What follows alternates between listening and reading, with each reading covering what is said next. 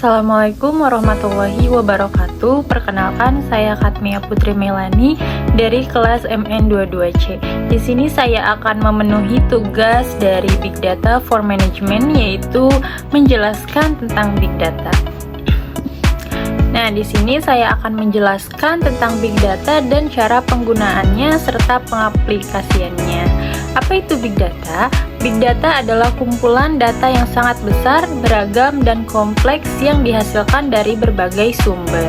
Big Data dapat mencakup data terstruktur, seperti basis data inventaris atau daftar transaksi keuangan, dan data tidak terstruktur seperti kiriman media sosial atau video. Lanjut aja ke materinya.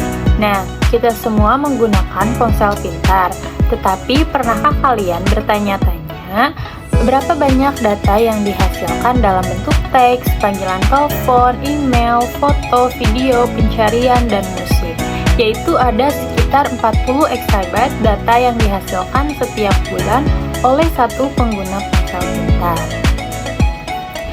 Nah, sekarang bayangkan angka ini dikalikan dengan 5 miliar.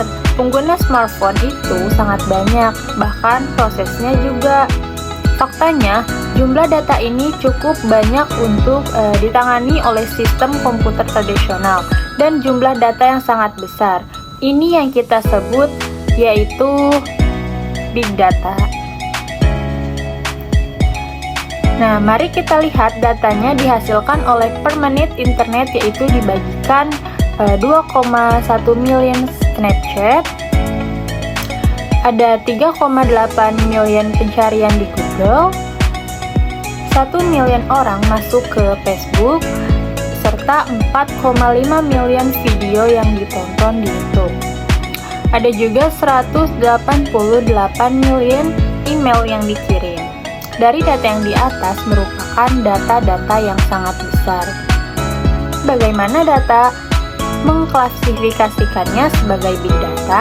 Berikut adalah karakteristik Big Data yang terdiri dari 5 V. Yang pertama ada volume, velocity, variety, veracity, dan yang terakhir ada value. Mari kita pahami dengan contoh dari industri perawatan kesehatan. Yang pertama ada volume. Rumah sakit dan klinik di seluruh dunia serta menghasilkan volume data yang sangat besar, sehingga mencapai 2,314 exabyte data dikumpulkan dalam setiap tahun. Yang kedua ada velocity. Contohnya dalam bentuk catatan pasien dan hasil tes semua data dan dihasilkan dengan kecepatan yang sangat tinggi yang menjadi atribut kecepatan variasi dari Big Data. Yang ketiga ada variety, yaitu contohnya mengacu pada berbagai jenis data seperti data terstruktur, semi terstruktur, dan tidak terstruktur. Contohnya termasuk Excel file log catatan dan gambar sinar X. Yang keempat ada veracity, contohnya adalah keakuratan dan kepercayaan. Dari data yang dihasilkan disebut sebagai kebenaran menganalisis semua data. Ini akan menguntungkan bagi industri kesehatan. Yang kelima ada value, yaitu sektor medis dengan memungkinkan deteksi penyakit lebih cepat, pengobatan lebih baik, dan mengurangi biaya. Ini dikenal sebagai nilai dari Big Data. Nah, bagaimana sih cara menyimpan dan memproses data besar ini untuk melakukan pekerjaan? Nah, kami memiliki berbagai kerangka kerja seperti Cassandra, Hadoop, dan Spark. Yang kita ambil Hadoop. Hadoop ini contohnya bagaimana Hadoop menyimpan dan memproses data besar. Hadoop menggunakan sistem file terdistribusi yang dikenal sebagai sistem file Hadoop. Nah, untuk menyimpan data besar, jika memiliki file besar, file ini akan dipecah potongan-potongan yang lebih kecil dan disimpan di berbagai mesin. Tidak hanya itu, ketika memecah file, pastikan membuat salinannya masuk file yang berbeda. Dengan cara ini, menyimpan dengan Big Data terdistribusi dan memastikan bahwa satu mesin gagal, data yang dimiliki di mesin lain akan aman.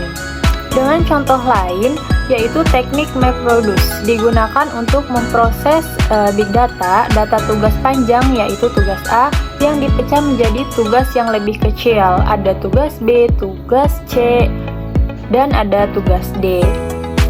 Memperkirakan mesin mengambil setiap tugas dan menyelesaikannya secara paralel dan merakitnya.